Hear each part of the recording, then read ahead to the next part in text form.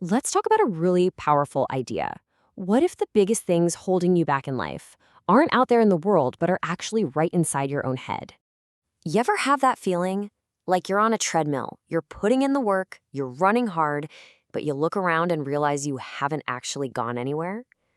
It's that super frustrating feeling of being stuck. Well, here's the thing. Psychology tells us that feeling stuck is rarely about a lack of jobs or opportunities. A lot of the time, it comes down to what are called low-level cognitive habits.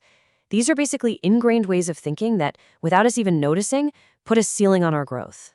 So what if the real barrier is our own thoughts? Okay, so our first major obstacle is what we're going to call the certainty trap. Think of it like a mental cage that we accidentally build for ourselves, and it's built with two specific habits that just slam the door on any real progress.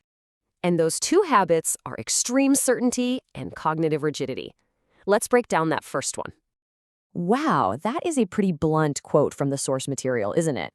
But it gets right to the heart of our first sign, extreme certainty. This is the habit of talking with, total confidence about really complex stuff, even when you barely understand it. It's that refusal to even consider that you might be wrong. And what's so interesting here is the contrast. A stuck mind absolutely clings to being certain. But a growth mindset, it practices what's called intellectual humility. It has the courage to say, you know what, I don't know, or I could be wrong about this. See, if you already assume you're right all the time, there's literally no room for new information to get in. And without new information, you can't grow. So how do you get that kind of humility? Well, the key is a skill called metacognition. It literally means thinking about your own thinking. It's the ability to kind of step outside yourself for a second and see where your own blind spots are. This is the ultimate antidote to being overconfident. And this leads us right into the second part of the certainty trap. I mean, it's one thing to be overconfident, but it's a whole other level to double down on that confidence, even when new facts, new evidence comes to light. This slide just illustrates it perfectly. A person who's cognitively rigid thinks that changing their mind is a sign of weakness, a failure. So they'll defend a totally flawed idea just to avoid admitting they were wrong.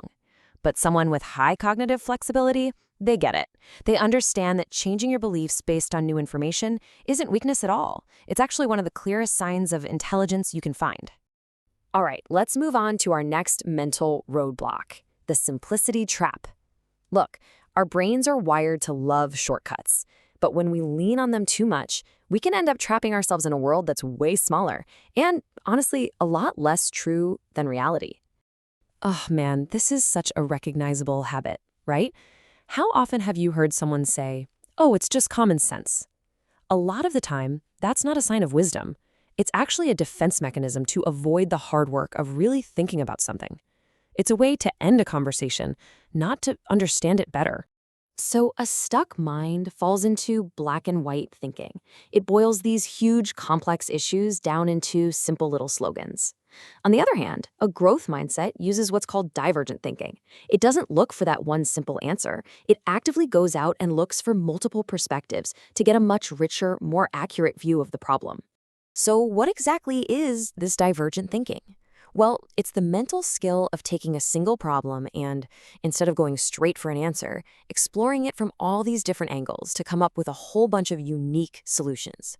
It's the total opposite of tunnel vision. It's more like panoramic thinking.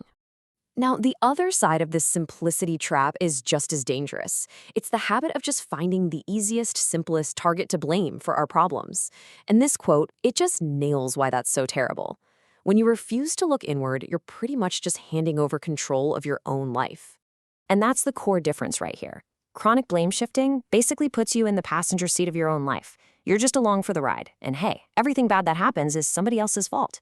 But reflective learning, that puts you in the driver's seat. When you fail, you look inward and you ask, okay, what was my role in that and what can I do differently next time? That's where the real power is.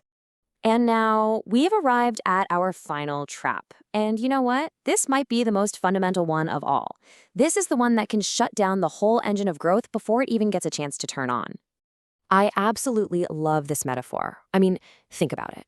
An engine is what creates motion. It's what drives a car forward. Well, curiosity does the exact same thing for our minds.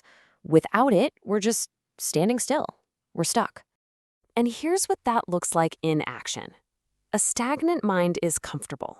It's perfectly happy with what it already knows and feels zero need to explore. But a mind that's built for growth, that's a seeking mind.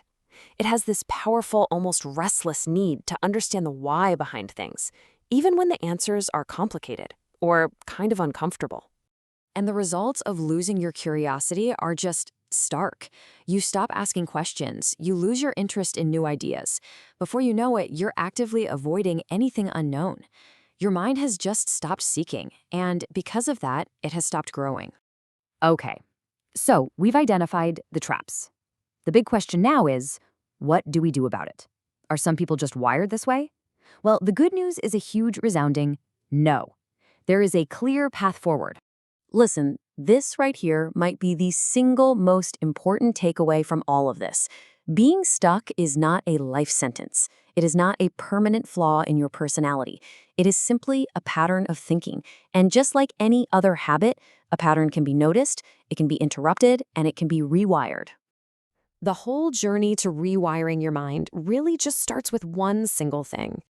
It's not some big, complicated plan. It's actually a very simple, very personal choice. And that's the question. That's the whole thing right there. Are you willing to entertain the possibility that your deepest beliefs, your certainties, your simple answers might just be flawed? Because the very moment you can honestly answer yes to that question, the engine of curiosity roars back to life, and the path out of being stuck appears right there in front of you.